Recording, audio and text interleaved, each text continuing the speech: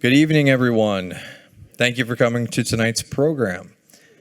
My name is Jacob Bartko, and I'm the Vice President of Operations here at the JES. It is my pleasure to kick off tonight's event, and I'm here to do three things for you. First, go over some housekeeping notes. Second, tell you about upcoming JES events. And lastly, introduce tonight's presenter. First, some housekeeping. If you do need assistance during the event, please find one of our staff or volunteers in the back of the room who will be happy to assist you. Reminders for the Q&A portion afterwards. Please raise your hand to be called on and speak directly into the microphone, which will be brought over to you. Also, please keep your questions brief and concise and refrain from offering lengthy statements. Now on to upcoming events. Next week on Monday at 6 p.m., Dr. Jeff Bloodworth will be speaking about Men in Crisis, Class, Despair, and Politics, exploring a new series and why it matters. And that is at the Lincoln Library in Fairview. Then on Tuesday at 6 p.m., Dr. Judy Lynch will be presenting out in Corey at the Higher Ed. She's presenting on America's Early Frontier, Economic History of Northwestern Pennsylvania, and she'll be diving into the Corey chapters that evening. And lastly, next Wednesday at 6 p.m., Dr. Bayer Gaucher will deliver a lecture at our Harbor Creek satellite location titled Beyond the Headlines, Understanding Gaza, Hamas, and What Lies Ahead. Now I'd like to introduce you to tonight's presenter, Dr. Ken Louie. Dr. Louie is the Director of Economic Research Institute of Erie, also known as Erie, E-R-I-E, and Associate Professor of Economics at the Black School of Business at Penn State Barron. He received his bachelor's in economics from Northwestern University and his master's and doctoral degrees in economics from the University of Illinois at Urbana-Champaign. As director of Erie, he has provided analysis and commentary on a wide range of issues related to the economy on both local and national news media. So tonight, please give a warm JES welcome to Dr. Ken Louie.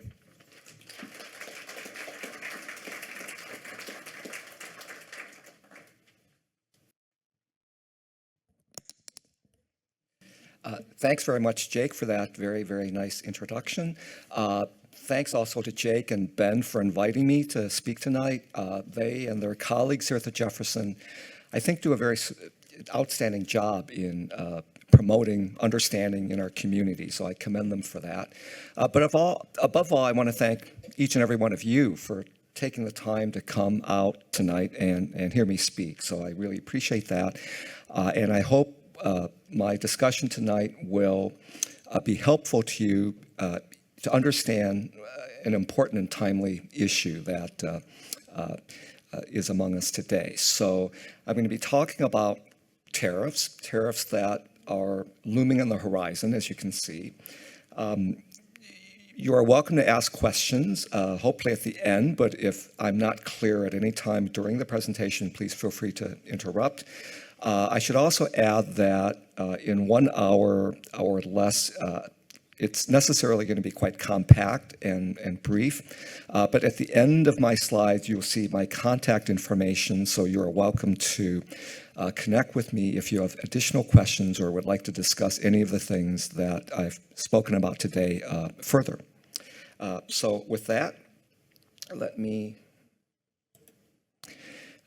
give you an overview, because there's so much information that it's probably best to step back and just take a look at the overall bird's eye view of things. So at the top of the agenda of our new presidential administration is tariffs on imported goods. I'm going to be focusing on the following themes. So the first theme, as all of you probably know, is that there have been so many changes in a short period of time that it may be useful to summarize the timeline of events. So what has actually happened since early January? Second, the heart of my talk really is going to be on how do tariffs work. I think all of you probably have a basic notion of how they do work, and what I'm going to say probably is very consistent with what you already know.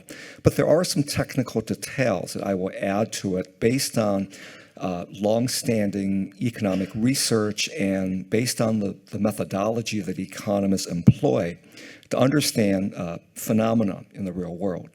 So after we talk about how tariffs work, I'll ask well, how far-reaching are these most recent set of tariffs?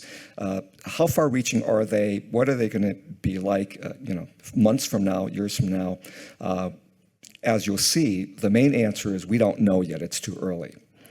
And then finally, I will talk briefly about our historical experience in this country with tariffs, trade policies, and looking at the evidence from those historical experiences, explain what the potential economic consequences might be of this newest round of tariffs with that historical lens. So those are the major themes. I want to add a couple of qualifications before I begin. And at the very bottom, you'll see that the first qualification is my discussion is going to reflect what economists call positive analysis. Positive to us doesn't always mean favorable or good. That's really not what we mean.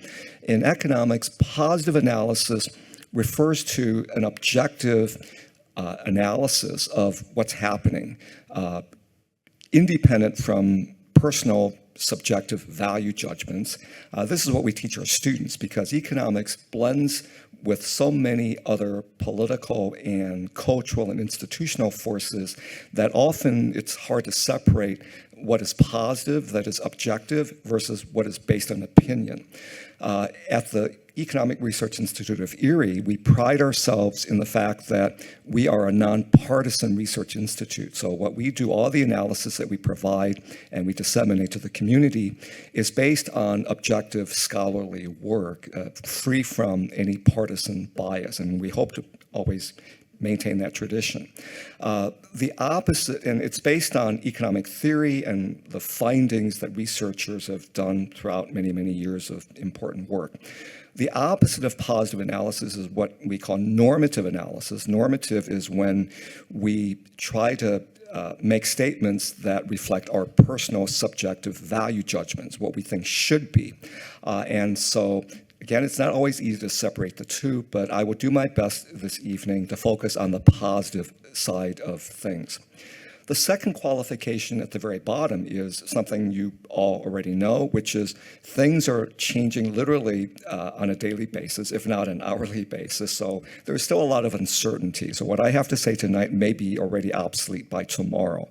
The important thing is to keep track of what's going on by focusing on the news. So with that, let me begin. Let me summarize briefly the timeline of events that has taken place. It may be quite bewildering. It certainly was bewildering for me when I put together this presentation to try to pull together all the different trends, facts, figures, events that have occurred just over the last few months. But there are two sources on the internet that I think you may find useful. They're fairly reputable sources, so if you want to see a more comprehensive timeline with more nuances, these two would be good places to begin. So the Peter Institute for International Economics is a think tank in Washington. They're fairly highly regarded. If you can't see the link or if you need the link, just connect with me and I'd be happy to send you the link. But they have a very good website that shows you a very, very comprehensive, detailed timeline of what's been happening. And you can even filter out events based on country, based on the history of the tariff, based on different factors. The other, I think, good resource is a Bloomberg Law, which is part of the overall Bloomberg network of news and information. They maintain a tracker of every event that has taken place since the president has taken office. So these two may be useful ways of getting more information. Again, what I present tonight is a very brief summary. I'm presenting what I think are the most important events that have occurred in the last couple of months. So we start in January, literally the day after President Trump was inaugurated. On that day, January 21st, President Trump promised to impose tariffs on Canada and Mexico. That's kind of the very first step in this whole process. A few weeks after that, in early February, the president made proclamations that imposed tariffs of 25% on steel and aluminum to begin on March 12th. In early March, 25% tariffs on all imports from Canada and Mexico were imposed, and a 10% tariff on all imports from China was imposed. The very next day, and the day after that, on March 5th and March 6th, the president decided to pause tariffs on automobiles from Canada and Mexico, partly because of the reaction that we received from those trade partners. So he decided to pause those tariffs on autos from Canada and Mexico for about a month, and he also suspended many other tariffs at that time in early March. But by the end of March, on March 26, the president announced that he would be imposing 25% tariffs on imported cars and car parts. Of course, that led up to the culmination of this whole series of events, namely April 2nd, which the president called Liberation Day. And on that day, the president, as many of you probably have seen on the news, had a big news conference at which he announced that there would be tariffs on nearly all countries due to their trade surpluses with the U.S. So what specifically would be done on that Liberation Day? He said that there would be a baseline of 10% tariffs starting on April 5th on virtually all countries. So this is across the board, the minimum, the baseline across all countries for virtually all goods. And on top of that, he said that there would be additional, what he called reciprocal tariffs starting April 9th. These reciprocal tariffs are targeted at countries that continue to have large and persistent trade deficits with America. So a trade deficit means that we buy more from them than they buy from us, hence leading to the deficit. So according to the president and his advisors, the deficits, such as the ones I've described, are detrimental to the U.S. economy, to U.S. workers. We want them to buy more of our products and us to buy less of their products. And so that's why the reciprocal tariffs were in addition to those 10% baseline tariffs. As a footnote, the president, as you know, has often argued that part of the reason why we have such large trade deficits with many countries is because many other countries don't treat us fairly. And these tariffs are intended partly to try to redress, in his view, this so-called unfairness in the trade relationships that we have across the world. So that was the major announcement on Liberation Day. What's important to note is that at the very bottom of the slide, you'll see that the president used as a justification for these very, very comprehensive tariffs, he uses as a justification a rather obscure law called the International Emergency Economic Powers Act, or IEEPA. Essentially, the president issued an executive order using this law that declared a national emergency. And the national emergency allows the president, therefore, to invoke this law to impose the tariffs. The reason that's important is because tariffs are almost like international treaties, because you're talking about a policy that affects our relationship with other countries. So it's really very akin to an international treaty. As such, tariff policy really falls under the domain of the legislature, the U.S. Congress, because the Congress typically is responsible for approving U.S. relations with foreign countries. However, the Constitution, especially through this law, the IEEPA, allows this exclusion, which says, yes, Congress has authority except when the president thinks there's a national emergency, in which, if this is invoked, then the president does have the unilateral authority to impose tariffs. So that's kind of the legal background, the justification for imposing it.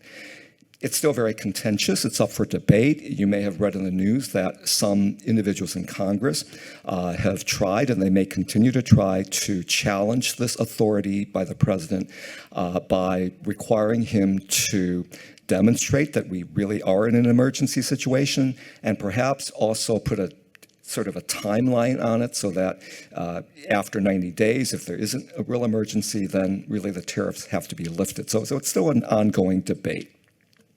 But that's what happened on Liberation Day. The very next day, on April 3rd, tariffs on automobiles, which had been announced in early March, went into effect. So after a brief pause, now we have tariffs on foreign automobiles.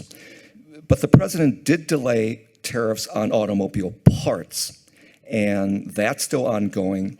The automobile parts tariffs are going to be reinstated later at a future date, no later than May 3rd, according to the president. On April 5th, tariffs of 10% that were announced on Liberation Day went into effect. So 3 days after that big news conference, the 10% tariffs went into effect. On April 9th, a few days after that, the subsequent differential tariffs, the so-called reciprocal tariffs, went into effect on nearly all countries. The U.S. imposes additional country-specific tariffs, and these range from 1% all the way up to 74% on foreign imports from countries that have trade surpluses with the U.S. But the day after that, on April 10th, the president announced that those differential tariffs will be paused for 90 days. So this was just last Thursday, April 10th. So as you can see, part of the timeline involves sort of the back and forth nature of the policies. We move ahead, but then we move back somewhat. So there's a pause now on 90 days. However, the 10% baseline tariffs remain in effect. So there's still across the board 10% tariffs. It's just that the additional reciprocal tariffs will be paused for 90%. However, the president also announced that there would be an additional tariff on China. And the reason is China was one of the first countries to come out to retaliate against our tariffs, and to reciprocate that, the president announced tariffs on them, on China. Finally, the latest event that I have in this slide, and there are probably more things that have happened after that, is as of last Friday, April 11th, the president announced that there would be a exemption for smartphones and for consumer electronics products that contain semiconductors. These would be exempted from the tariffs. Okay, so that's the latest information. So I hope that that didn't bore you too much, but as I said earlier, it's kind of important to see the evolution of the policy from January 21 all the way up to where we stand now as of last Friday. So how do tariffs work? How do they work now that we know what has been happening? I'll begin by explaining that the formal analysis of tariffs is quite technical, and economists have used this framework for many, many years, and it has worked quite well. It explains fairly well what actually happens in the real world. It's what we would call theory, economic theory. The diagram that you see on the T-shirt that I'm showing you is the diagram that almost every student who takes a course in economics will learn. It's a diagram that captures what happens when we impose a tariff. Now, I'm not going to burden you with the explanation of what the diagram says, okay? I think that would be unfair because it's fairly technical. But I just wanted to show you that it's really very rare for formal economic analysis to be used as a fashion statement. So you can actually buy a T-shirt that has this formal economic graph from Amazon.com, and I'm not here to tout Amazon.com. I just got this from their website. You can even get it in different colors, okay? So I will spare you all of the wonky technical details and move instead to a more intuitive, common sense understanding of how tariffs work. So I think all of you probably already know that a tariff is simply a tax that we place on an imported good. So we buy cars from Japan, we buy wine from France. In the past, we bought vodka from Russia, we buy semiconductors from South Korea. And when those goods come into the US, they obviously will compete with the American products that are not going to be as popular, especially if the foreign versions are cheaper. And so a tariff is where the government imposes a tax to make it more expensive to buy the imported version, and that way we protect the domestic workers who produce similar goods in America. So their jobs are not threatened. They're no longer as subject to foreign competition. As a result, these are often called protective tariffs, and it falls under the umbrella of protectionism. Any policy that is designed to help protect American industry, American workers from foreign competition, we put that under the rubric of protectionism. And again, that isn't to suggest that it's good or bad or right or wrong. That's just the terminology. So that's what a tariff is. It's really very simple. But the $64 million question is what follows. So what are the effects? What are the effects on the U.S. domestic market for the good upon which the tariff has been imposed? And here are the basic outcomes. And we know this because this is what we experience throughout history whenever we have tariffs in place. First, the volume of trade in that particular good decreases. In other words, we will buy fewer of that foreign good. So we trade less with foreign countries. Why? Because the tariff makes that foreign good more expensive, which therefore discourages American consumers from buying that foreign product. So the volume of trade starts to shrink. Second, the price of the good is going to start going up. And again, the reason is because anytime you do want to buy that foreign product, you have to pay for it, but on top of it, you have to pay a tax to the US government in order to be able to import it into the country.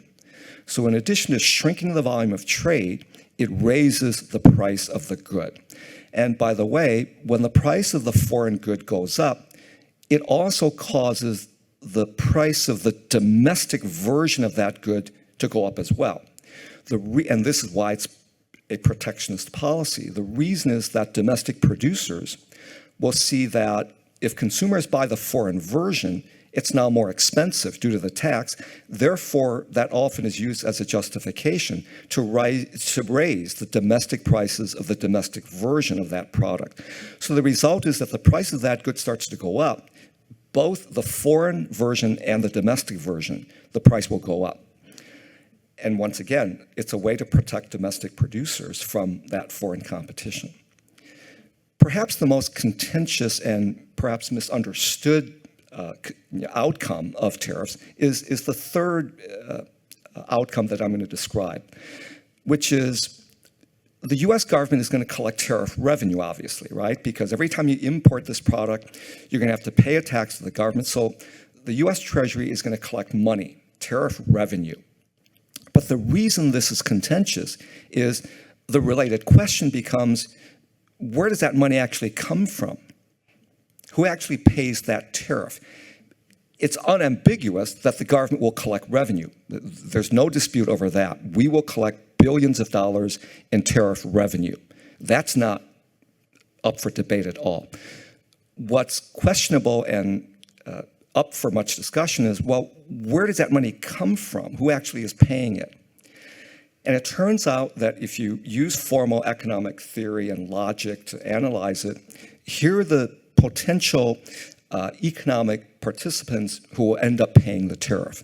First, it could be the domestic consumers. That's the most obvious source of the funds. People who buy the foreign product or the domestic version, now that the price is higher, will end up paying a higher price. So those tariff revenues are paid for by the US consumer. But second, it's also possible theoretically that the importers of the good end up bearing the burden of the tariff. That is, before you actually buy the product, there was some middle person who had to bring that product into the US. So the importer, whether it's a dealership that brings in foreign cars or a retailer that ships merchandise from a foreign country, there's an importer before you actually buy the product. So in order to protect the consumer, the retailer or the car dealership may decide to lower the price and sacrifice themselves by having a lower profit. That way, consumers don't end up paying the higher price, but the importer does. The importer bears the burden and actually pays the tariff to the US government rather than the consumer. So those are two possibilities. A third possibility is that the exporters in the foreign country may end up realizing that unless they lower prices, Americans will buy fewer of their products. And therefore, the exporters, the producers in the foreign countries that make these foreign goods, they lower price. In which case, the burden is no longer on the US consumer, nor on the US importer. It falls on the foreign producer. They eat the cost. And so the revenue still goes to the US government, but it goes to them because the profitability of those foreign producers are lower. So theoretically, you could see, and I apologize if this is sort of on the technical side, a little bit wonky, but intuitively, it means that it's not clear who actually pays the tariff. It could be the U.S. consumer, the U.S. importer, or the exporter in the foreign country. The last possibility at the very bottom of the slide is that it could also be the case that these three economic participants share the cost. So the burden of the tariff is split. The U.S. consumer pays part of the price increase, the importer pays part of the tariff by sacrificing profits, and the exporter of the good also pays part of the tariff by sacrificing their profits. So that's also a possible outcome. It's split among consumers, importers, and exporters. Now, why is this important? It's important because if you look at the debate that's going on, President Trump in particular and his advisors, so it's really not just the president, he has a whole contingent of economic advisors around him. What they argue is that the most likely possibility is the third one that I've described. Namely, if we impose tariffs on China or on Canada or Mexico, we're going to raise billions and billions of dollars of tax revenue. And again, that's unambiguous. That's definitely going to happen. The U.S. government will collect a ton of money. But they argue that that money is going to come from the foreign exporters, the foreign country. They're the ones who are going to lower their prices, and in that way, we collect money, we win because we're penalizing them for selling so much to us, okay? So keep that in mind, because near the end of my talk, I'm going to talk about the research that has been done to address this very question. That is, who actually pays the tariff? And so I won't review the answer until I get to the end. But this is the framework, okay? There could be three possibilities, or actually four possibilities if you split them up. And I'll show you what the actual academic research tells us as to who pays the tariff. Okay, so again, apologies for being too wonky if that didn't make sense. That's how tariffs work. There are additional impacts on the domestic economy, however. So it isn't just who pays the tariff. The domestic impacts include the fact that the domestic supply of that good will also go up. So if you keep out foreign products by making the foreign products more expensive, that allows domestic producers to expand their domestic production. And once again, that's why this is a protectionist kind of policy. It shields domestic producers from foreign competition, enabling those domestic producers to be able to expand output. Otherwise, they would be subject to that foreign competition. They would contract their output, okay? And the result of increasing their domestic supply is that they typically will raise the price, and they will keep more workers rather than, close down factories. So all of that will have a positive impact. But then on the other side of the marketplace are the consumers, and what economists call the demand side as opposed to the supply side of the market. On the demand side with consumers, as I've already indicated, the tariff will definitely raise the price of the good. Whether you buy it from the foreign country, the price will go up, or even if you buy a domestic version of that product, you refuse to buy the foreign version, the domestic version of the product will still become more expensive. That's the history of tariffs. So consumers typically are going to face higher prices. And what economists call distortions begin to take place, because when consumers face higher prices, they start to reallocate their budget. They start to think about substituting for goods that are more expensive and instead switching over to goods that are cheaper. So they cut back on what they purchase. So we call that a consumption distortion. Perhaps most wonky, most analytical is at the bottom here. So if you don't understand it fully, don't really worry about it. This is really a debate that's more, that occurs more among professional economists. Okay? And at the very bottom is, what's more difficult to understand is the so-called welfare consequences. The welfare consequences are, what's the impact on society at large, right? The level of well-being. And you may or may not know that economists typically do prefer to look at the overall picture. They like to ask, well, what's the net impact on society, as opposed to what is the impact on this sector or on this constituency? What's the overall impact? We like to look at that big picture.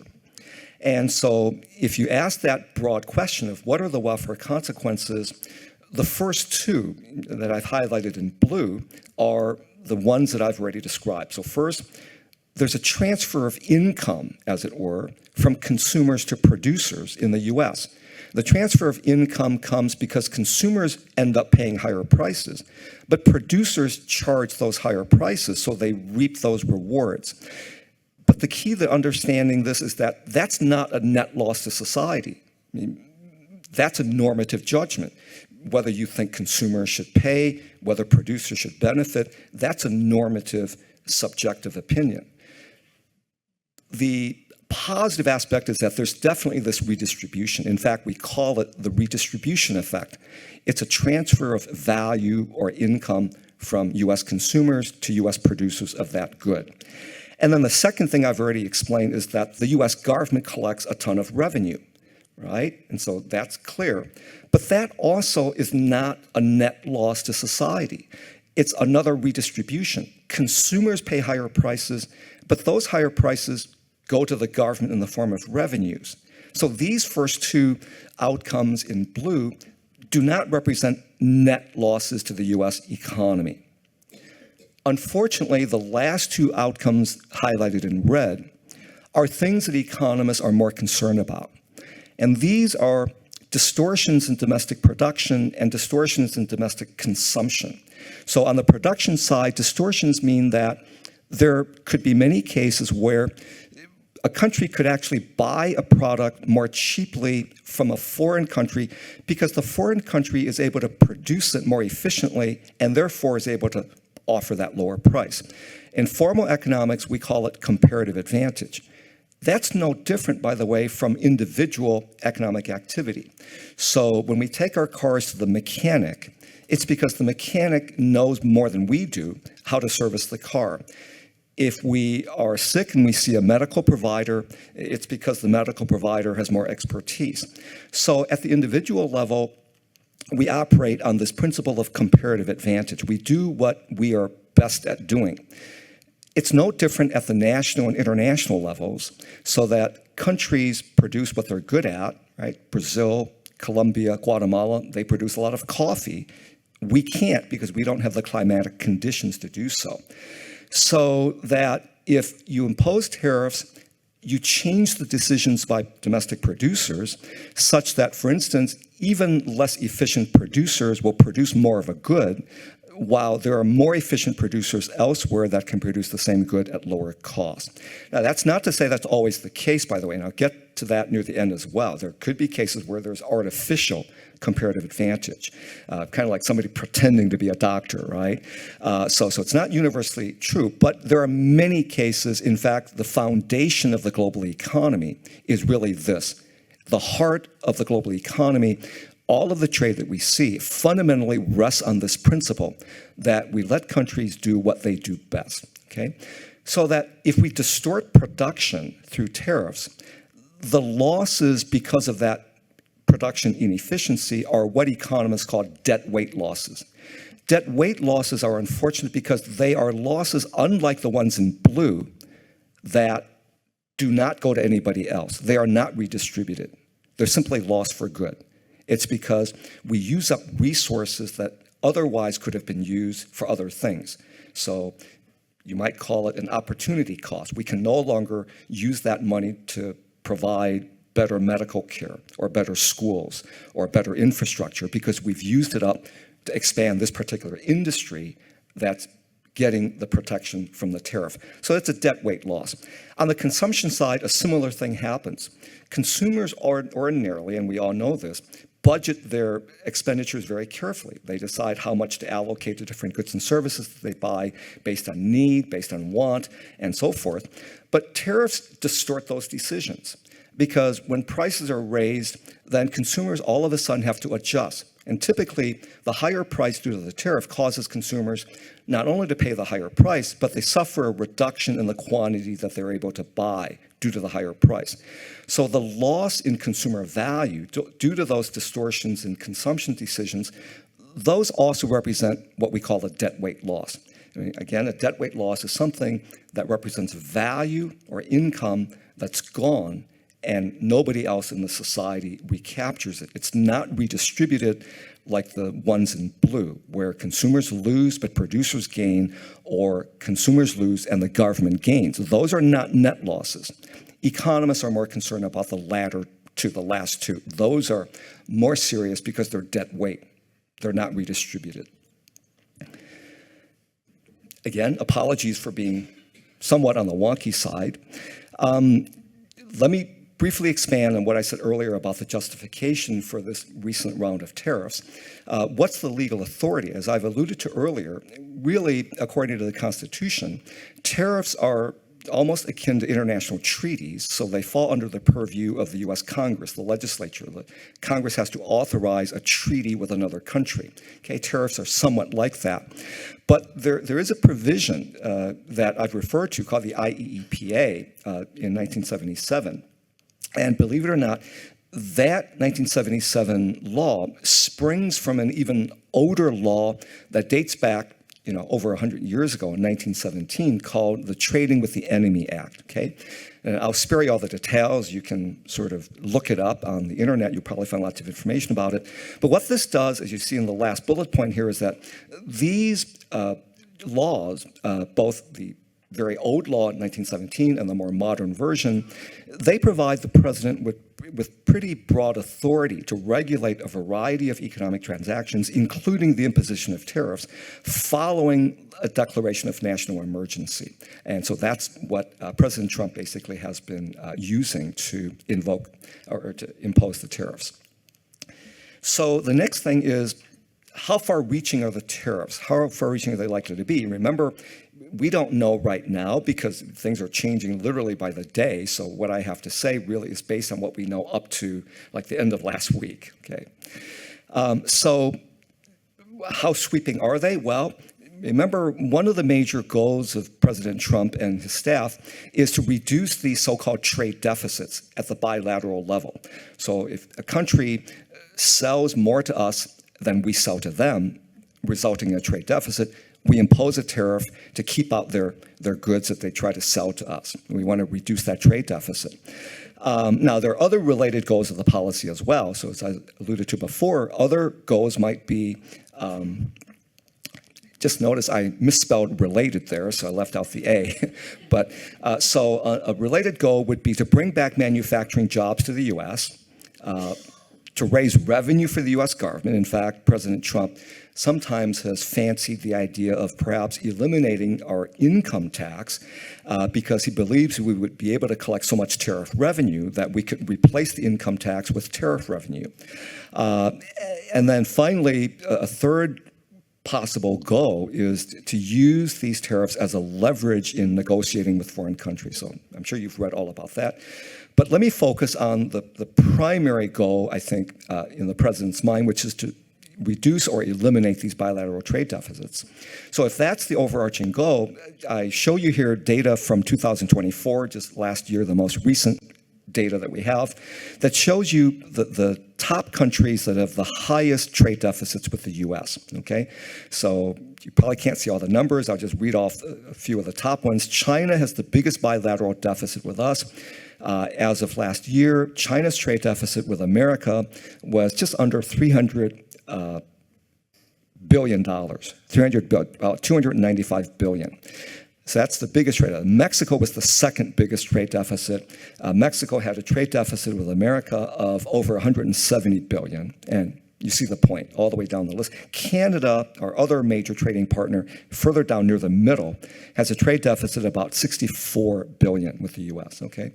So these are countries that are especially prone to being subject to the tariffs because they have such big trade deficits with America. We buy a ton of stuff from these countries compared to how much they buy from us. So On Liberation Day, as many of you probably saw, President Trump came out with a big chart, and so here's what he did. Okay, these are the countries with the biggest trade deficits. The trade balance is on the far right column. The country name is on the left, and on the second column from the right, you'll see how big these countries are relative to overall U.S. trade. So the second column from the right tells you that, for instance, the European Union as a whole, the 27 countries in the EU, their goods that they sell us make up about 18.5% of all U.S. imports. Chinese imports make up about 13.5% of all U.S. imports, and so on down the line. And so as a result, you see the column in red. The second column from the left in red, those are the tariffs that are therefore imposed based on the argument that these are the countries with the biggest bilateral just means the two of us, the two countries, the biggest bilateral deficits with the U.S. Okay, so that's Liberation Day.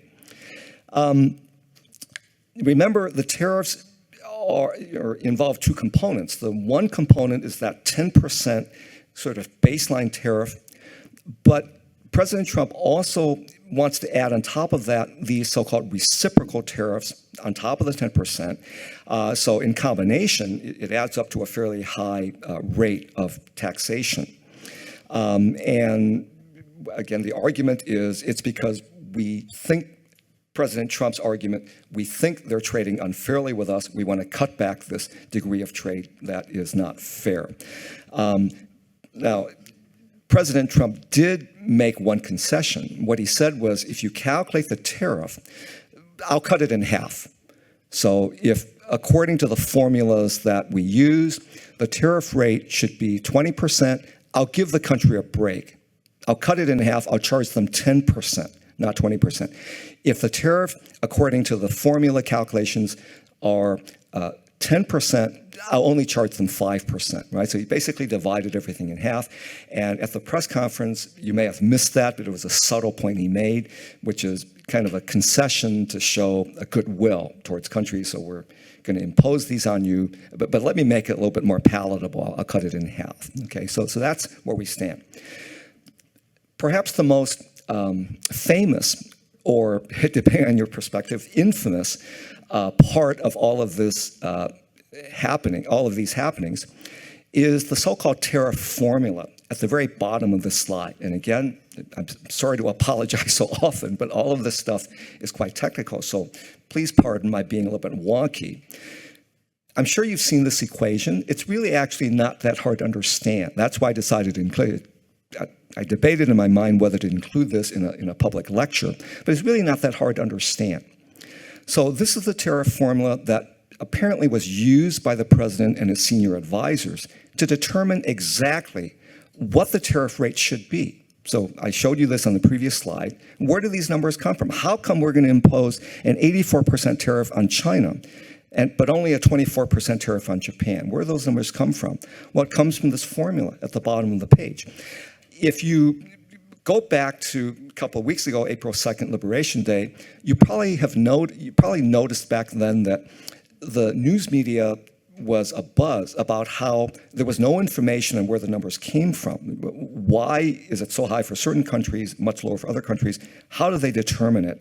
And eventually, somebody dug up a report, an esoteric report in the office of the U.S. Trade Representative that included this formula, and then it became really big news, okay? So what does this formula say?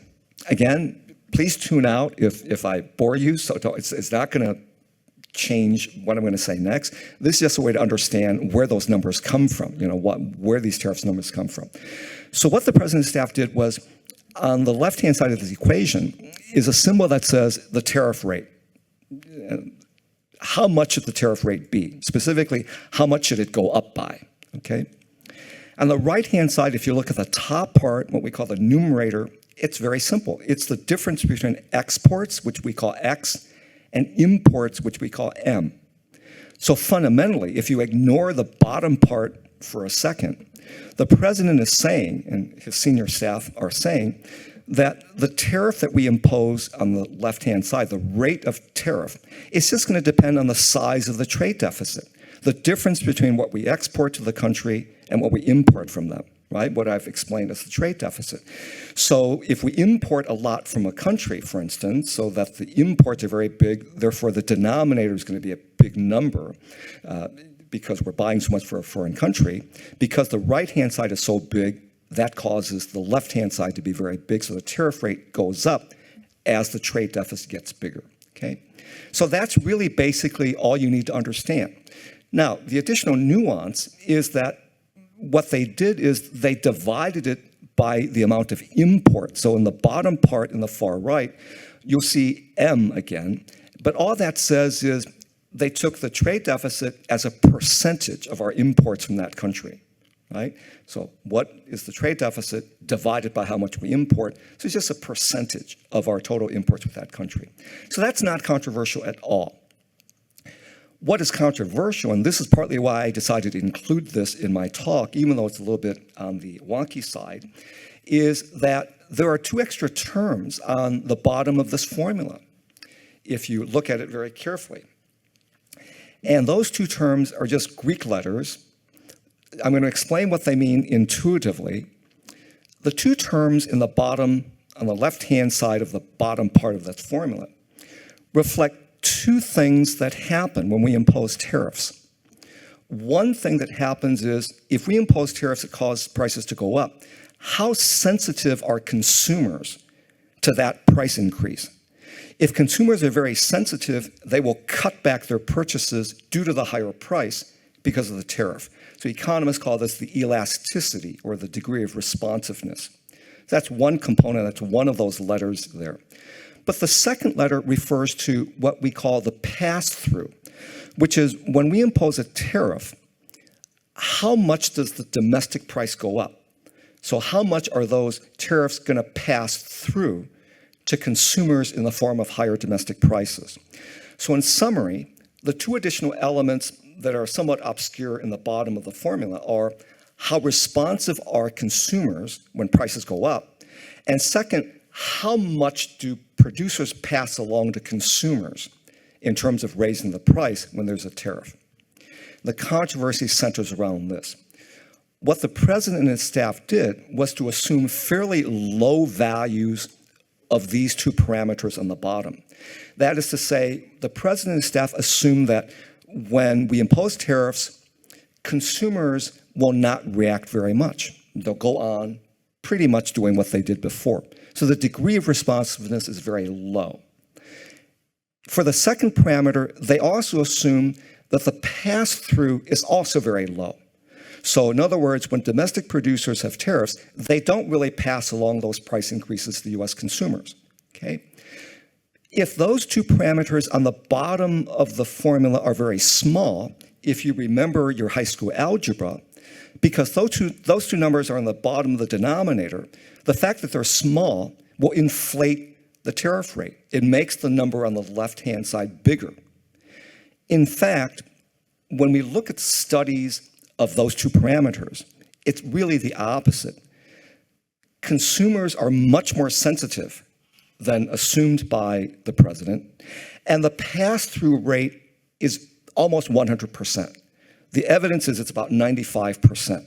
So when domestic producers face tariffs, they pass along those higher prices to the US consumer, almost 1-to-1. If you therefore assume that the bottom part is bigger, that those two parameters are actually bigger numbers, because they're in the denominator, that would depress the tariff rate, so that the tariff should actually be lower than what finally was revealed. And the estimate is that the tariff rates are roughly, I think, if I remember correctly, 4 times higher than what they would be if you had used more realistic estimates of those two parameters. So in summary, there are two major takeaways. And the first takeaway is it's not clear whether looking just at the trade deficit is a useful and important criterion upon which to decide whether tariffs should be imposed. And that's because, as I explained before, there are many countries with whom we have trade deficits, not because those countries are necessarily not treating us fairly, but because those countries have comparative advantages that we don't have, and that's why we buy so much from them. And it works in reverse. Other countries have trade surpluses with us or deficits with us correspondingly because we have comparative advantages in areas that they don't. So that's one takeaway. So whether you use the trade deficit or not, that's controversial. But even if you assume that this is a useful criterion to use, that we should look at the trade deficit, the fact remains that the estimates of the two parameters at the bottom suggest that even if you use this criterion, the tariff rates that come out of this formula should actually be lower than they are, okay? Again, explaining, just like I said before, these are what we call positive kinds of analyses, and I'm stating the facts as they are. Hopefully I'm not interjecting any personal judgment. Okay, so that's how tariffs work. How pervasive are they? You probably all have heard about the so-called Smoot-Hawley tariff, the tariff that was passed through Congress in 1930, just near the beginning of the Great Depression. So if you look over long term, this chart, by the way, is from the research work of a prominent scholar, probably one of the foremost scholars of international trade and international trade policy. His name is Douglas Irwin. Douglas Irwin, one of his most recent books is the one I've shown you here, Clashing Over Commerce. He's a recognized, highly regarded expert on trade policy. So what he has is a chart that goes all the way back literally to the colonial era, from 1790 up to now. And as you can see, in the earlier days of the country, we did have fairly high tariff rates, and it culminated in the Smoot-Hawley tariff of 1930, which the average tariff rate was actually only about 20%, if I remember correctly. But according to Professor Irwin, in certain cases of certain goods, it actually rose up to almost 60%. But the overall average is probably about 20%, which is still high by modern standards. So given that extraordinarily high tariff in 1930, we made rather remarkable changes over the last century. So as you can see, the line continued to fall, especially after the Second World War, when countries in the world established institutions like the GATT and the IMF and the World Bank and eventually the World Trade Organization. All of those international institutions, because of collective multilateral negotiations, promoted freer trade, freer openness, and therefore tariff rates started to fall. So that by the time we reached the 1990s and up to the present, just before last year, tariff rates were at historic lows, somewhere on average like between 2 and 5%, okay, for the U.S. They're higher among developing countries, but among advanced countries like the U.S., very, very low. But as you can see, beginning with the latest round of tariffs, it's going to push that line back up again. And according to some estimates, we don't know yet because there's so much uncertainty as to what the tariffs actually are going to be. But the estimates are, if they go forward based on the numbers I've explained, they will push tariffs up to a level that we haven't seen since about 1946. Okay, 1946. So really a rather historically significant moment. So based on all of this history and based on all of this somewhat wonky analysis, what are the potential consequences? Making sure I don't keep you over time, looking at my clock. So I've explained the Smoot-Hawley tariff. So this is so famous that I'm sure all of you already know about it, but here's just a brief summary. Smoot-Hawley tariff was passed in 1930 and signed into law by President Herbert Hoover. It was actually initially proposed as a tariff on agricultural imports, right, to keep out farm products to protect American farmers, because at that time, especially because we were kind of on the early stages of the Great Depression, farm prices had been collapsing, and President Hoover wanted to protect American farmers. Led by two Congress individuals, Representative Willis Hawley and Senator Reed Smoot, Congress passed this tariff, but more importantly, before they passed the tariff, they extended it to include industrial goods as well. So the tariff no longer focused just on farm products. It was a much broader policy against industrial products as well. Unfortunately, the historical evidence suggests that this was probably one of the things that made the Great Depression worse than it otherwise would have been. It didn't cause the Great Depression. That's clear among most experts. The Smoot-Hawley tariff did not cause the Great Depression, but it exacerbated the Great Depression tremendously. Why? Because other countries immediately reacted by retaliatory measures, and international trade simply sank in a spiral of downward isolationism, the result being a worsening of the Great Depression. Even the U.S. Senate, if you go to their website, the U.S. Senate has a website that explains, policies and trends.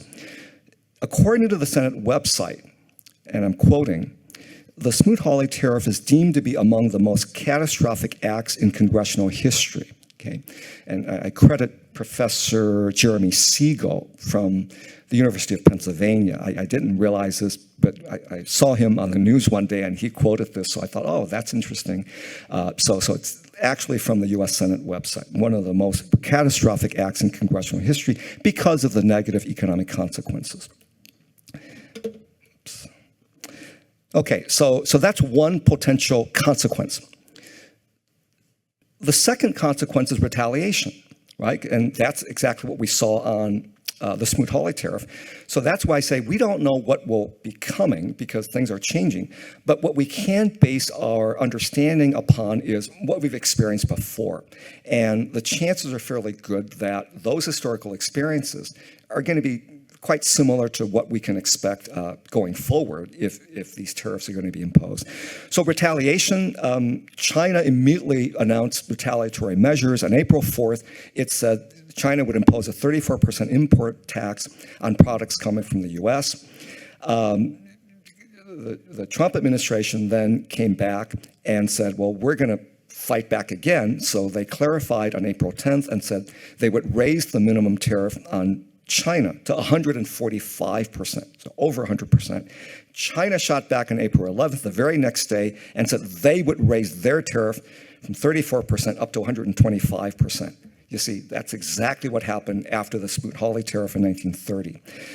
And as of this past Saturday, April 13th, China announced that it would suspend the exports of a wide range of critical minerals and magnets. They would no longer sell these vital products, components to America and other countries. Unfortunately, these are vital components to be used in making automobiles, aerospace components, airplanes, semiconductors for computers. So these are crucial ingredients in the production supply chain. But China has announced it will suspend sales of these goods to the U.S. The most important consequences, as I started this talk, so it's kind of appropriate to end it at the same, with the same topic, and that is who actually pays the tariff. And I think I alluded to this earlier, but I told you I would review the secret at the end, right? Those three possibilities, either the domestic consumer or the domestic importer or the foreign producer, right? Or it can be split among all three. So I told you I would review the secret. Well, here's what the research says, okay? So again, this is positive analysis. It's not me talking. This is research and fact-checking by a wide variety of sources. So there's a fact-checker online called Econofact, and what they point out is that a lot of these analyses are based on our experience. So largely with the tariffs President Trump imposed in 2018. So we don't know what will happen. So these are historical, okay? Based on those tariffs, here's what happened. According to this fact checker, the tariffs back then that was imposed by President Trump in his first term, by 2021, the tariffs increased prices between 1.7 and 7.1%. And prices went up in some of the most affected sectors like clothing, car parts, furniture, computer equipment. Okay, so it's not true that we didn't see price increases from that first round of tariffs in President Trump's first term. It did cause prices to go up. That's fact-checking. Being a scholar, an academic, I often prefer to look at the evidence from more formal studies. And so these are just a few studies from some of the leading economics journals. These are highly prestigious journals where scholars publish. This one, again, always looking only at the tariffs back in 2018. what they find is that those U.S. import tariffs back then were almost completely passed through into U.S. domestic prices. Remember I said earlier the pass-through rate is about 95%. Prices go up, almost all of that price increase goes to the U.S. consumer. So that the entire incidence of the tariffs fell on domestic consumers. Okay, partly on importers, but mainly on consumers, with no impact on the prices received by foreign exporters. So in other words, that third possibility where the foreign producer lowers their prices doesn't work that way. Didn't happen. Okay. Again, we don't know going forward whether it will happen, but not during the first round of tariffs from 2018. An even more elaborate study was published in another very prestigious economics journal, the Quarterly Journal of Economics, and here the conclusion is very similar, that the U.S. response was higher prices, okay? Because I'm running low on time, I'm going to try to speed it up a little bit. Same general conclusion. The price pass-through is almost complete. If you read the very last part of this quotation, it implies complete pass-through of the tariffs to the duty-inclusive import prices. So the tariffs back in 2018 were completely borne by U.S. consumers. And then more recently, there is a research outfit at Yale University called the Yale Budget Lab that estimated tariffs, and this is one of the few studies I'm aware of that tries to project what might happen due to this latest round of tariffs. The studies so far analyze the previous tariffs, but the Yale lab says, well, let's look at what might happen because of this recent round of tariffs, and what they estimate is that it will pass through to consumers and it will raise prices on average by about 2.9%, okay, on average. So some goods may be higher, but on average 2.9%. And just to remind you, currently, I just looked it up before I came here, the rate of inflation as measured by the Consumer Price Index is 2.4%. So basically, you're going to add 2.9% on top of that on average. So the inflation rate will be over 5%, right? Or close to 6%. And then more importantly, what the Yale lab estimates is that because of these price increases, the average household in America will lose about $4,700 as measured in 2024 dollars. So close to $5,000 of extra money that would have to be spent due to the higher prices, due to the tariffs, okay? So again, I'm streamlining here so that I don't hold you up too much. I will add a local flavor to this. Much of what I said pertains to the national economy, but we all love our beloved city, Erie. So the question becomes, well, what's the potential impact on us here locally in Erie? So here's a possible answer. Again, we don't know yet because we don't know how the tariffs will pan out. But if you look at the international trade of Erie, you may not be able to see all of these figures clearly, but there are three panels to this diagram. The left-hand panel tells us that Erie, the most recent data we have available, exported over almost $1.5 billion worth of goods, right? Over $1.5 billion worth of goods to the rest of the world. The middle panel shows you the type of things we export. Erie, Pennsylvania sends abroad. These are things like transportation equipment, machinery, electrical equipment, plastics products, fabricated metals, right? I think we all know that given our historical legacy with manufacturing. And so we export these things. The third panel shows where we export them to. Much of Erie exports go to Canada and Mexico, our major trade partners. A big part also goes to the APEC countries, the Pacific countries. And so the potential impact is if there's retaliation, as we often see, in fact, virtually all the time, countries will retaliate, that could have a detrimental impact on Erie manufacturers who will suffer losses in sales because they can no longer export, or at least if they do, they have to face those tariffs by foreign countries as they retaliate against us, okay? But again, we don't know for sure, but this is a possibility, so there's a local flavor to this as well. The last slide before I show you my contact information, and I apologize, I'm already 5 minutes over, but I'll be fast, is I'll run through this quickly. This is not to say that tariffs are universally bad. In fact, there are cases, even economists would admit that there are situations where tariffs may be an appropriate tool with which to handle our economic relations with foreign countries. And you can see, I'll run through it very quickly. For instance, at the very top, it can be used as a limited tool to sanction countries that really are trading unfairly. In fact, we already do that. We have two policies called countervailing duties. These are tariffs imposed on countries that provide subsidies to their producers and therefore give those foreign producers an advantage. When the U.S. shows this to be true, the U.S. penalizes those countries by imposing counter tariffs, which we call countervailing duties. A second example is anti-dumping duties. Dumping is when a country tries to sell their good into the U.S. at a lower price, what's considered an unfairly low price. So typically they sell the good in their home countries at a higher price, but they dump that good into the U.S. at a lower price.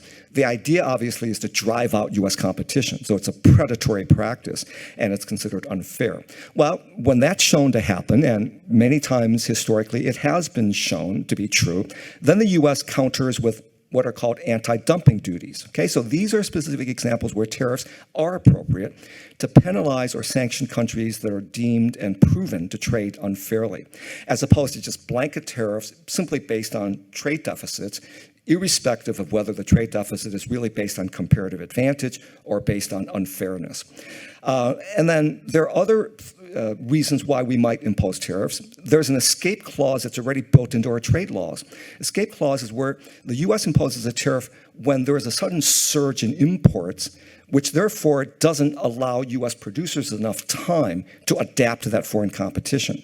So to protect U.S. producers from that sudden surge, we impose tariffs based on this so-called escape clause of our trade laws. And then there are certain sections in recent trade laws from 1974, 1962 that involve imposing tariffs if countries persistently engage in unfair trade practices or if they steal our intellectual property. That's called Special 301. And then lastly, at the very bottom, separate from what President Trump has declared, there's actually another provision that relates to national security.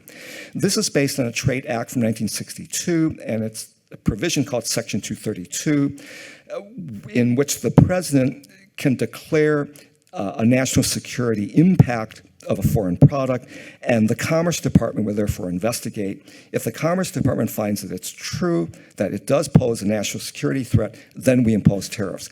And in fact, as of, let's see, I'm losing track of the days here, the 14th would have been yesterday. No, 2 days ago. The 14th would have been 2 days ago. The Commerce Department exactly did that. It announced that it would investigate the effects of imports of pharmaceutical products and semiconductor chips to see if these imports into America threaten national security. So that's an invocation of Section 232 of the Trade Expansion Act of 262. So in summary, yeah, there are times when tariffs may be appropriate. The question is, should it be broader in scope so that we simply, across the board, impose tariffs? With that, I'm already almost 10 minutes over, so I'll stop. I thank you for being patient, but I'm happy to answer questions if you're still willing to hang around. So thank you.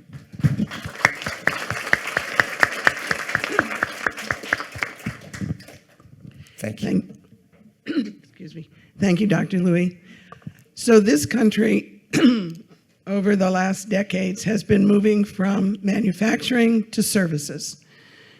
So when you look at the difference in only goods, it would seem to my non-economic brain that we're not really looking at the difference between China goods and our services, but yet no services have been included in any of these tariffs. Could you address that?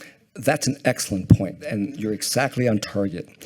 In fact, what the data tell us is that the U.S. has a trade surplus when it comes to services.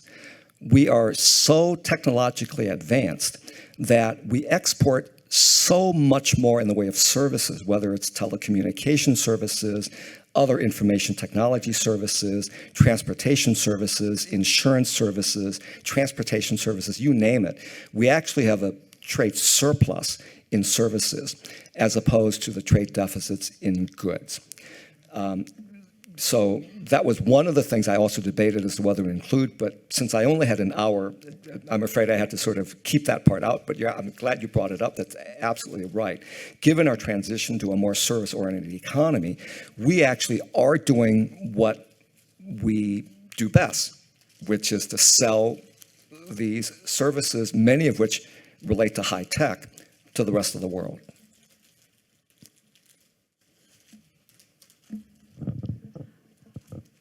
As I was listening, I was trying to, in my mind, go through a real simplistic example transaction to kind of make sure I understood the flow of the money.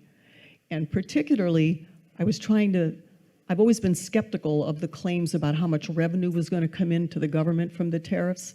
And then, of course, I'm looking for a little clarity on the actual impact on the consumer. I wonder if you could answer, after I give a real simple example. If we have a product, an imported product that's $100 coming in, and it's now being sold for $200 to a consumer, and there's a 25% tariff put on it, so it's $25. So the mechanics, when the importer and the country, let's assume the simple scenario of there's no split. The tariff is there, it's going to be passed on to the consumer, the whole $25. Mechanically, though, the product comes in, the importer is remitting to the foreign country $100, right? Because he's being billed the same amount. Is he also then remitting $25 immediately to the government, like in the form of like a sales tax that normally they don't pay because it's just part of their cost of goods sold for resale, and they don't have to pay anything at that point, right? Is that how the government's getting the $25 from the importer at that point in time? And then my part two is, let's assume that maybe it does go that way. It's now his cost of goods sold, or cost basis for that product, is $125. He's going to then charge $225 to the consumer, right, if they choose to buy that product. So the consumer's going to dish out $225 plus Pennsylvania sales tax, 6%, right? So they're going to be paying about $230 something for that product, right? So the government got the $25 from the importer. That's how they're getting all those big buck revenues. The importer gets it back, and then the consumer pays the $25 in the higher price, and then they're paying sales tax on that additional $25 as well. So the government, Pennsylvania in this case, would get that little bit more in sales tax. But that's how the dollars flow and how that revenue is going to, they're getting it from the importer gets it back from the consumer pays a higher base price plus a higher sales tax. Yeah, I can tell you probably got an A when you took economics. So that's a very clear explanation. So it's pretty much accurate. Here is a good, I think, concrete example that might help. And it's going to be consistent with what you described. We all live pretty close to Toronto, right? Just across the Canadian border, very cosmopolitan city. Let's suppose you go to Toronto and you decide to buy something in Canada and you bring back to the US, right? But they're really just, look, two examples of what tariffs can do. You can bring that good from Canada to the US on your own. So you'd simply drive across the border. Let's say you bought a down jacket. You keep it in your back seat, right? So if there's a tariff policy, what would happen is that when you drive across that Peace Bridge, the US Customs official will stop you, and it's just you, and say, okay, I see you have a down jacket. Currently, the law is down jackets are subject to a 25% tariff, okay? You've already paid the price to the Canadian retailer or company in Canada buys you. You've already expended that money. But when you cross the border, you pay the customs border official the 25%, right? The 20% of the value of the jacket. So in that case, the complete incidence, we call it, or burden of the tax would be on you, on the person, right? But think of another possibility. Suppose you still want to buy that jacket from Canada, but you don't go to Canada. There is a retailer in Erie they do business with Canada, so on a weekend, they send their trucks up there and they bring back, right? They bring back these down jackets, and you're going to eventually buy it from this Erie retailer. When that company goes to Canada to bring in those down jackets, they're going to be stopped at the border. For each jacket that they bring in, the customs official would charge them 25% per jacket, right? So in that second scenario, who pays the tariff? It's that importer. So that's why I laid it out that way at the beginning. So far, so good? How does it eventually settle? How does the dust settle? Well, as I explained, when the importer brings those jackets back to his or her retail outlet, you go to the store. Two things, or more than two things, but here are the possibilities. The retailer can say, look, I paid $100 for this jacket, but I have to pay 25%, but I'm still just going to charge you $100. Therefore, you pay no part of the tariff. The importer has absorbed it, right? Alternatively, the other opposite extreme, the importer would say, well, these cost $100, but I have to pay 25%. So I'm going to charge you $100 plus 25% to recapture the tariff that I have to pay to the US government. So far, so good? Or the importer could say, I paid $100, I had to pay 25%, but look, we'll split the difference. I'll charge you 10% more, and I'll pay the other 15%. In which case, the burden of the tariff is split between the consumer and the importer, right? I think that's essentially what you're describing. I hope that makes sense. The other possibility would be, and this last possibility is what President Trump, the point that he would make, which is no, he would say that's not what's going to happen. What's going to happen is that because the Canadians know that Americans are going to have to pay these higher prices, and therefore Americans are going to stop buying these Canadian jackets, the Canadian producers, will lower prices just so they can keep our business.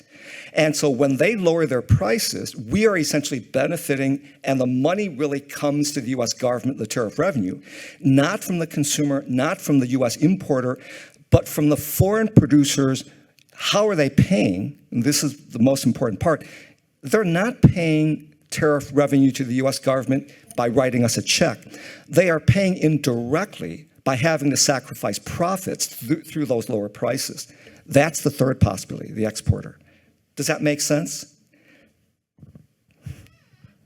Even if in a normative sense you thought these tariffs were a great idea, how capable is the United States government, Customs Administration, and all of that to actually collect all the tariff taxes due?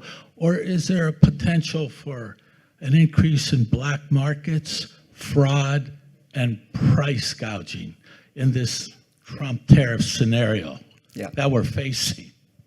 Yeah, that's an excellent question. Unfortunately, we live in such a vast society with such a vast government and so many institutions, rules, regulations that, yeah, typically we do see less than ethical practices, black markets, price gouging, and so forth. I'm afraid that's perennial. You're never going to be able to stop that. But the heart of your question is, are we able to at least enforce it to a reasonably high degree? And again, case by case, you'd have to look. But I think overall, my assessment would be we have a fairly sophisticated, advanced, bureaucratic structure that probably can, on average, handle these things and enforce the mechanism.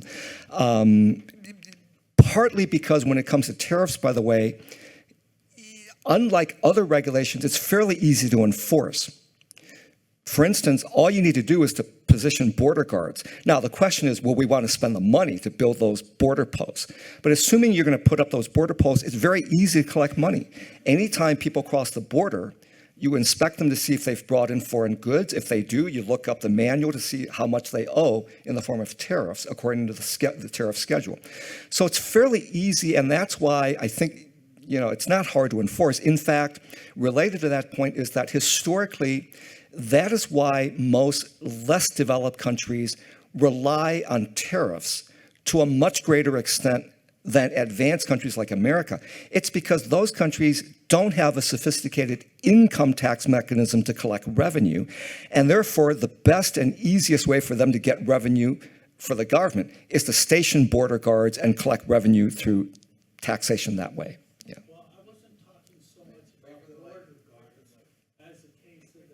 That was on the beginning of your presentation, where you have all those big cargo boxes, the potential there. Is Customs pretty good at actually monitoring all the inputs there?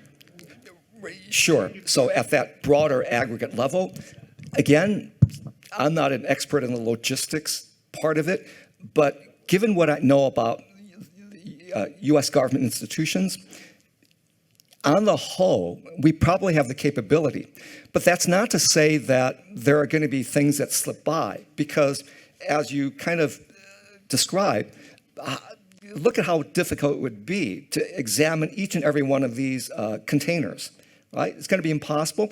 So I know there are high-tech products, X-ray machines or scanners that can perhaps reveal contraband, but there are going to be things that slip through. Right? Unfortunately, we even see that in more sort of horrific terms, human trafficking. You know, people get smuggled through in 18-wheeler trucks unnoticed. So there's always going to be those, and I can't speak to those.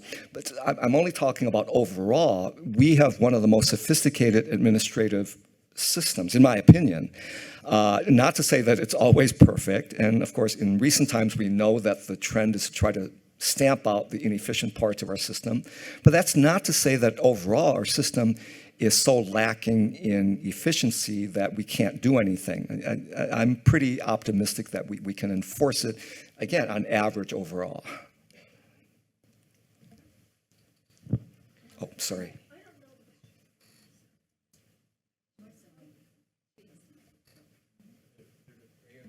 Just adding to the comments made about service trade not showing up in these numbers, which would have dramatically reduced the deficits in goods trade. How about assets, trade and assets, the capital account or our balance of payments? How are we doing in asset trade? Okay, so that's an even wonkier question. It turns out that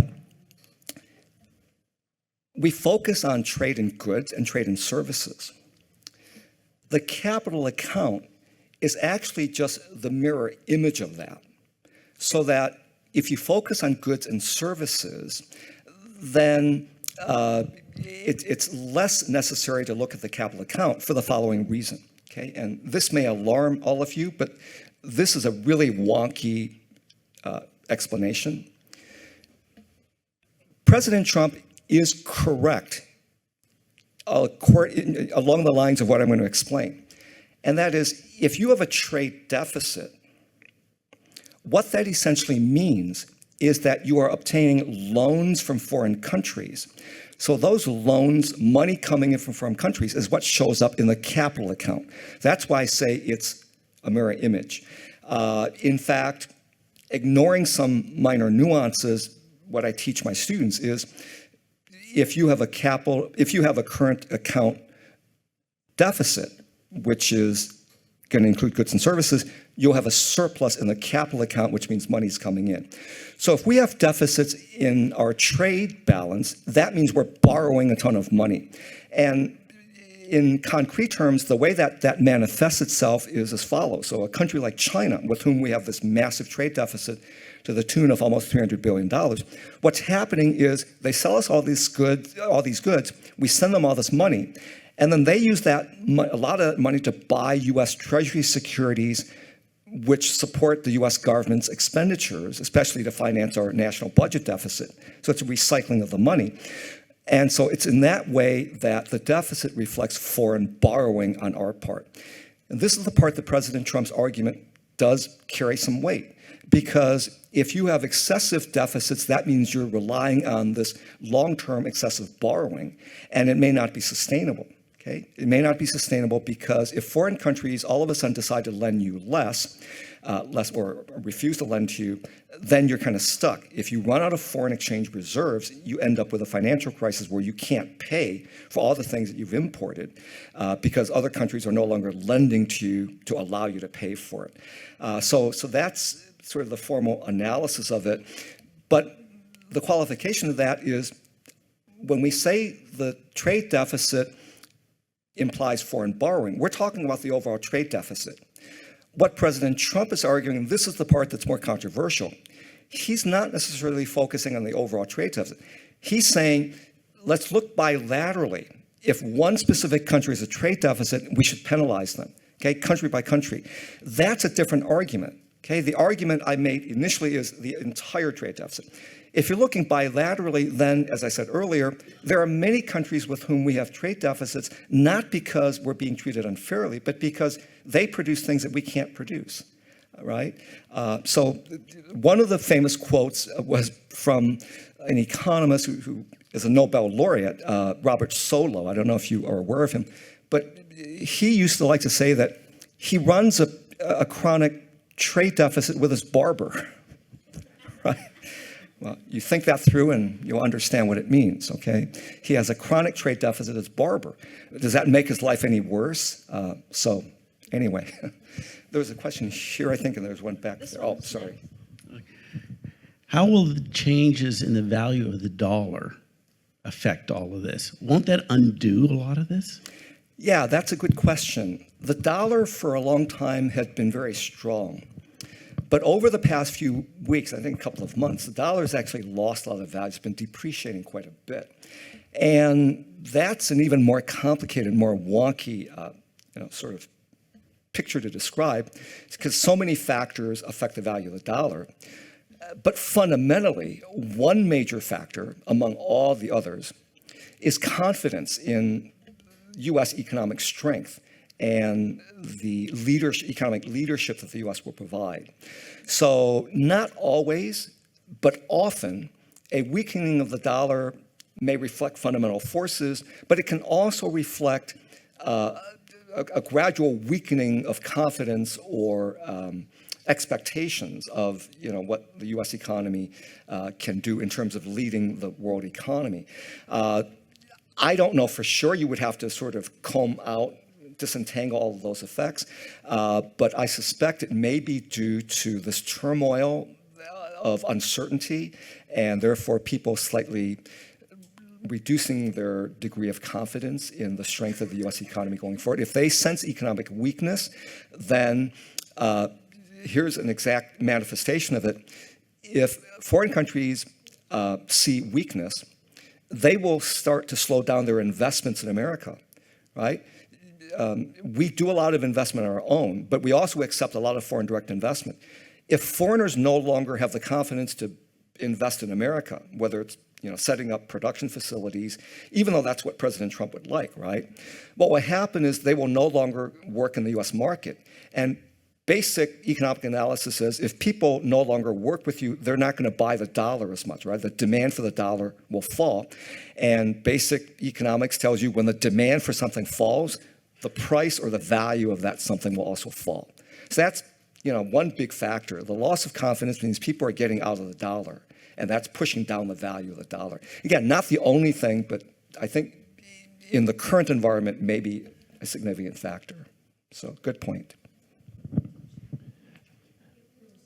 On your balance situation, your balance sheet of the mirror, okay, the stock market's down 20%. Trump took that. Well, when the bond market started to crumble and the interest rates jumped to 5.4 and China stopped buying the 10-year treasury, he crumbled because that is the confidence that you're talking about. And if the bond market goes down, the country's going to be in a bad place. Yeah, no, I'm more on the econ side. I'm less of a financial expert, but I agree with what you just described, exactly right. And it isn't only what you described, it's that what we're seeing sometimes in the past couple of months are events that seem to be anomalous, that is counterintuitive. They aren't things that you would expect based on how reactions occurred in the past, okay? So, yeah, the stock markets certainly have been taking a beating, and bond markets.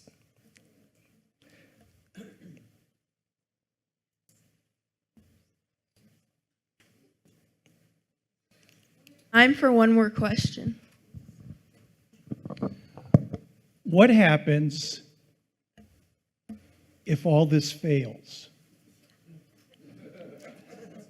And what I'm saying is, all of a sudden, the United States loses its market for farm goods, meats, manufacturings, and there's a change of global power.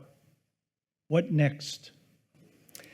Yeah, that's the $64 million question. And the U.S. economy is roughly $22 trillion, so I would say that's the $22 trillion question.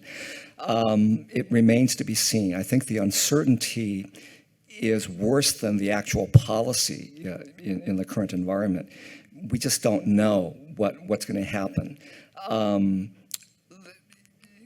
God forbid, we hope that the U.S. economy won't collapse. But you're right. If other economies lose confidence in the U.S. economy, other countries lose confidence in the U.S. economy, if by protecting certain parts of the U.S. economy, other parts are commensurately damaged or harmed, then on balance, is it good for the country? As I said earlier, economists like to look at the big picture. So the farm example you gave is a great one. Even in the first round of tariffs in 2017, 2018, what we saw was that when countries retaliated by buying less U.S. farm products, American farmers were severely negatively affected. So much so that the president at that time then had to provide lots of subsidies to support American farmers. So that's just one isolated example of the spillover negative consequences on other sectors of the economy, at the same time that the parts of the economy that are getting this protection are benefiting, right? So I always go back to what I said at the very beginning. Our job, my job, is to explain, well, here are the things you have to consider. I'm not going to tell you whether it's good or wrong. You have to decide whether it's good or bad, right or wrong, based on what you think carries greater weight. The benefits to the people who gain from the trade policy versus the harm inflicted on the rest of the economy. That's the normative part of the analysis. But to go to the heart of your question, what's going to happen to us? We can speculate kind of along the lines of what I said earlier. People stop lending to us. So if we think that our budget deficit is bad now, at least we can get loans to finance that deficit. Imagine what happens if our deficit is consistently high and we run out of money and nobody's willing to lend money to us. That would be sort of the nightmare scenario. So government institutions collapse. We no longer can provide social services. The government runs out of money. Domestic producers, whether they're farmers or producers in other sectors that are not getting protection, they suffer losses. They go bankrupt. Workers get laid off. The economy is driven into a recession. I hope I'm not sounding alarmist, but I'm just answering your question. Those are kind of the speculative possibilities that can occur, but nobody knows at this point. Thank you, Dr. Louie, for another fascinating presentation. Well, thank you all. Thank you.